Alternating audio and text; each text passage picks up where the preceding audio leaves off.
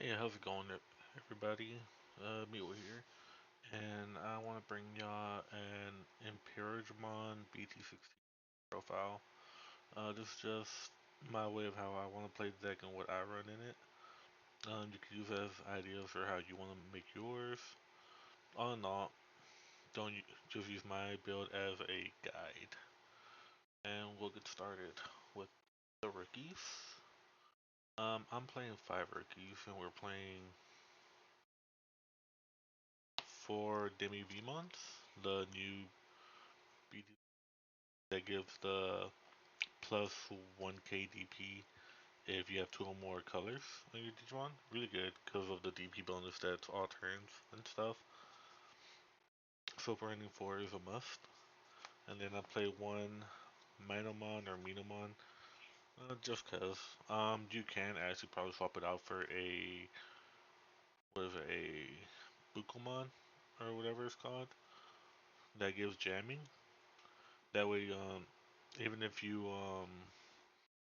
make a stack, and I'll explain my reason why when I reveal what I play. And so when you make a stack, you'll always have jamming.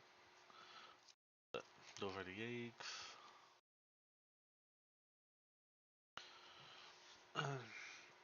Options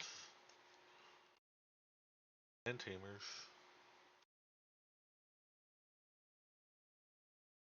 We will be running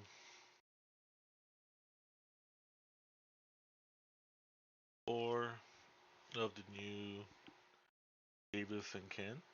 It's a really good tamer, and it's what makes the deck really good because it's like the bread and butter stuff. Because starting your main phase, you're able to play out a Vmon or a Wormmon from your hand onto the field. And at the end of your opponent's turn, if that Digimon's still on the field, it goes back to your hand. What makes it good is because you get a free mon out on the field, which is able to just let you grab if you play the BT-12 Vmon or Warmon, you get a free search, and just lets you start off your comboing. Second part is when you were when you were Evo, you get to gain a memory by tapping it, and if you DNA'd, you get to trash any 3 sources from your opponent's Digimon, which is a really good effect, especially right now with how things are being played in this meta. And of course, you have to DNA into a blue or green Digimon, not just DNA in general. So it's 4 of that. We play the one Davis. You can play him at 2. I just find it better at 1, and we play him because it's our memory setter. And then if you play him, you get to check top 3, grab a blue or green. So very standard. Next, we will be playing one giant missile just for security bomb or removal. We'll be playing one invincible dragon insect fusion. And this card you might want to play at 2 if you want, depending on how your locals and or how things are looking. And it's a really good card because you play it for 3, and it lets you play out a XV or a Stingmon out onto the field from your hand, and then you get to immediately DNA into a DNA Digimon with those 2 Digimon. And the Digimon you bring out cannot be destroyed by battle and gains blocker, which is really good. And I'll explain why. It also has the security effect that it lets you play out a Vmon and or a Wormmon from your hand or trash while paying the cost, and then it gets added to your this card gets added to your hand, which is really good. Uh, Next we are playing 2 blue memories, and the only reason why we're doing 2 blue memories, it's not optional. You can go with 2 of the what is it, mental training for blue. You can go with 2 of those if you want. I just like to do blue memory boost because you dig deeper. You dig 4 card deeper instead of 2 cards. But depending on how you want to play, you want to mem choke your opponent with the 2 memory cost, and you can go with the blue training. And then last, we're playing 2 high speed plugins, just because of the fact that again in this meta right now, with Magnamon being the thing and Rapids and stuff and yada yada, having this card just says FU to their Magnamon stack because they can't block and then you gain jamming. So it's really good. if you're trying to push for certain turns, for certain games and stuff. But as trainers and options, next for the Mons, and we're going with our level sixes, well sevens and whatnot. We play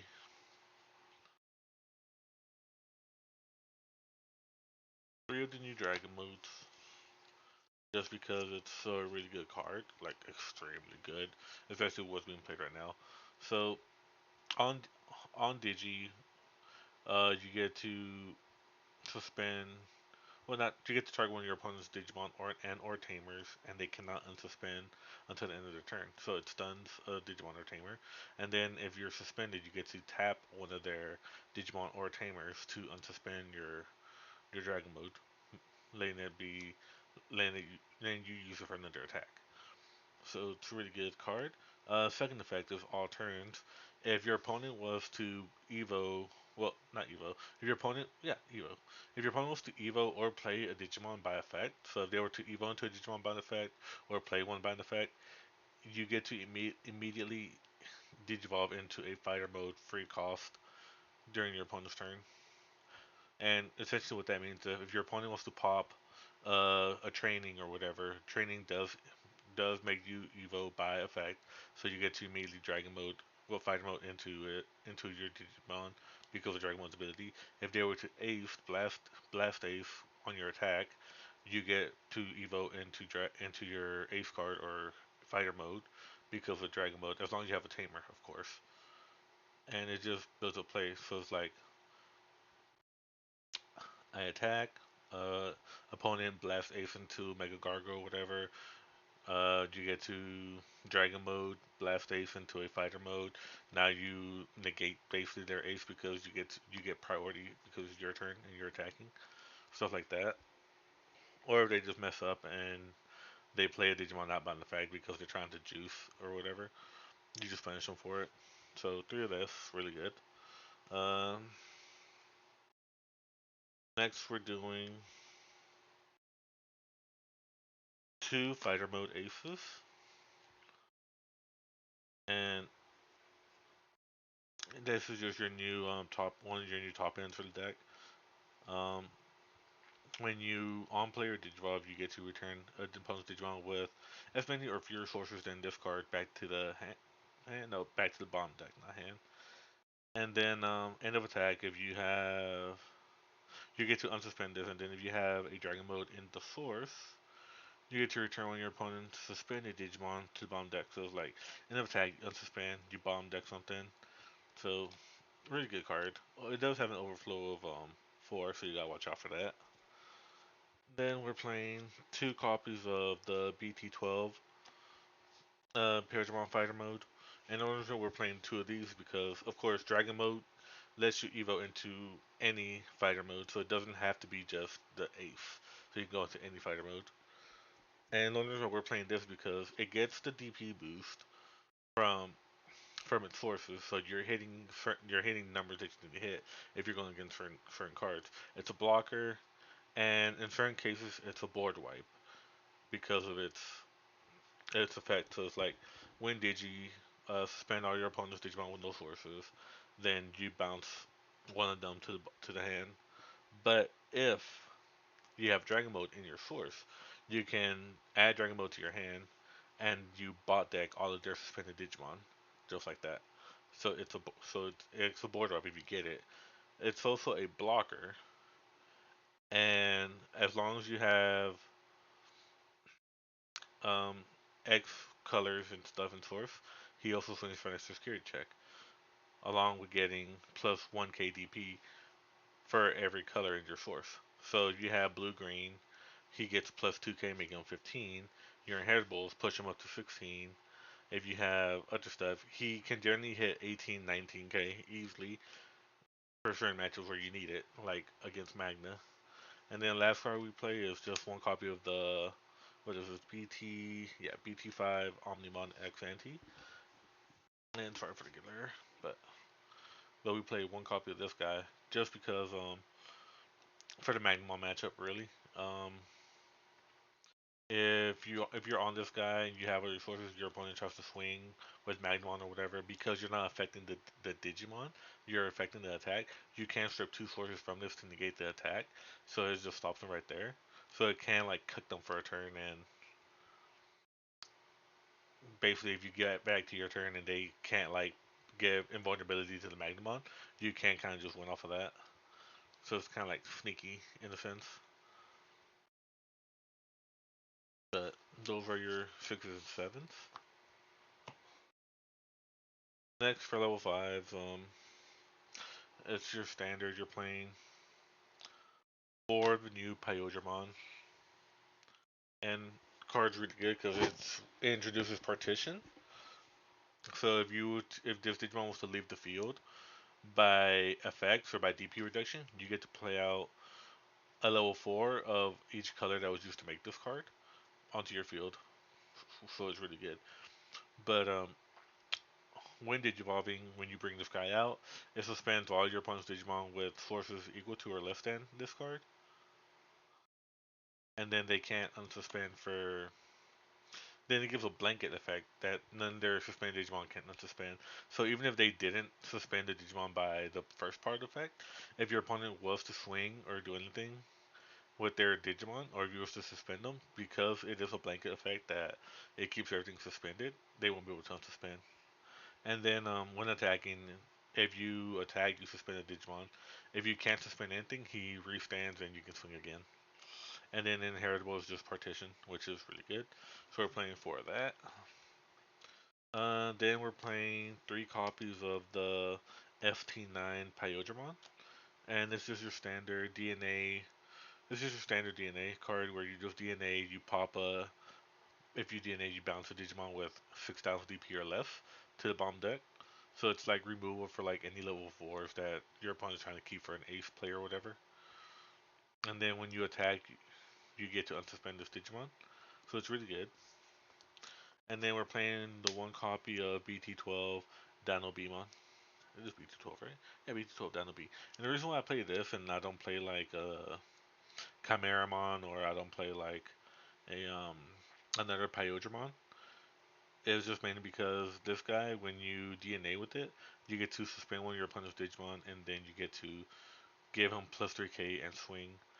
And in most cases, the reason why I choose this is just because of the DP boost that he gets. And with what you are having in your sources and stuff, this guy can hit certain numbers as a level 5 to swing over their megas and stuff. And I'll show that in just a bit. And for level 4s, or champions, I get confused with Digimons. We're playing four copies of BT-12 XBmon. This guy's just during your turn, when you use him for DNA, you immediately gain a memory back. So he recovers your memory, and then Inheritable has jamming, as long as you have Imperialdramon. Then we're playing two of the new BT-16 XVmon. And the reason why we play this guy is because one, it has raid. Two, on play, you can if you play him, he gives a Digimon basically battle protection, so he can't die by battle. And then third reason we play him is because of the Inheritable. Your Digimon gets plus 2,000 DP boost. So like I said, if you DNA with this guy into the Dino B, you get 3k from Dino B, 2k from XV, so that's making him 13k, and then the 1k from your Demi V, making him 14k. So he's swinging over most megas and stuff. And then if you have any other DP boost, it just works really well in my opinion. Next we're playing four copies of the ST9 Stingmon, just because it's really good. Like you get to play on for one memory less, so that's three as long as you have a blue Digimon on the field. So it's good. Inheritable is good too. When you attack, you get to draw a card, and it's not once per turn. So when you Evo, when you unsuspend, my bad, unsuspend, you get to redraw again when you attack. So it's just really good. Then we're playing one of the BT-12 Stingmon. Has the same effect as BT-12 XBmon, where if you use it for DNA, sorry for the glare. If you use it for your DNA, he gains you gain a memory back, and then it has the inheritable for piercing, which is fine. And those are your level fours.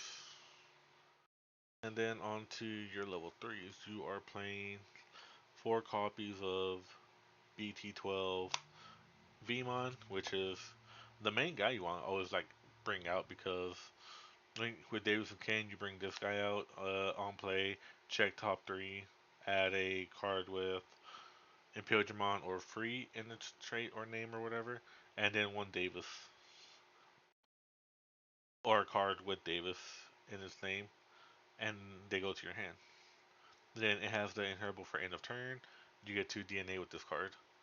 So this guy's what you always want to have out. Next, we're playing 3 copies of the promo Vmon. I think it's the movie promo one, where if you were to Digivolve into a Digimon with free, you get to go into it for 1 memory less.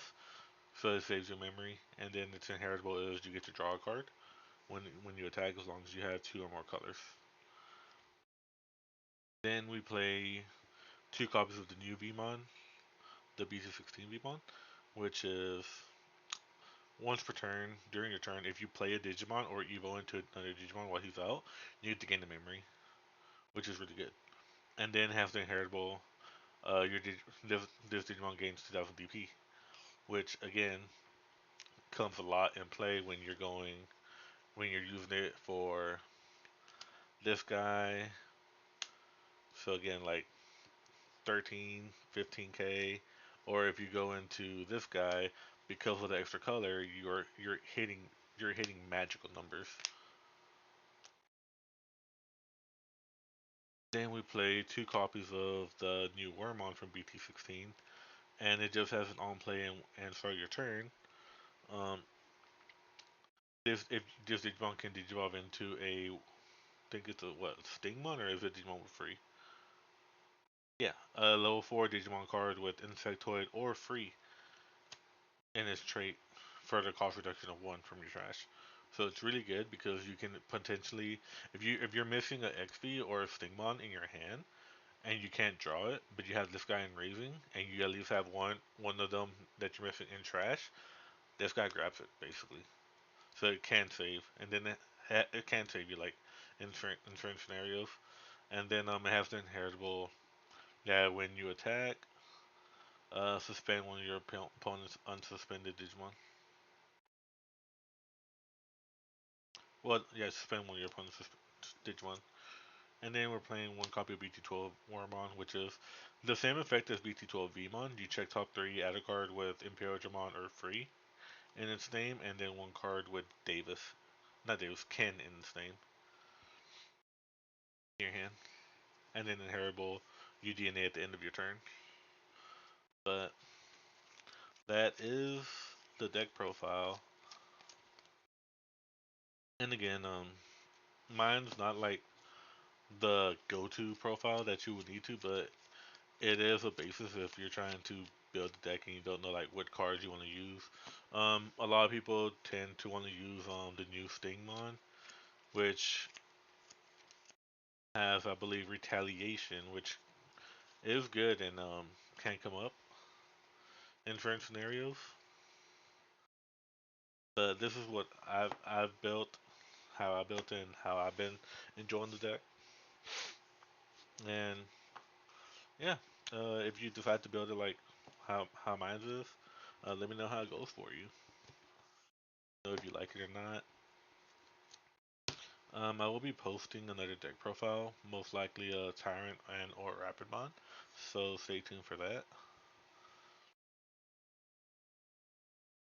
And I'll catch y'all next time. Later.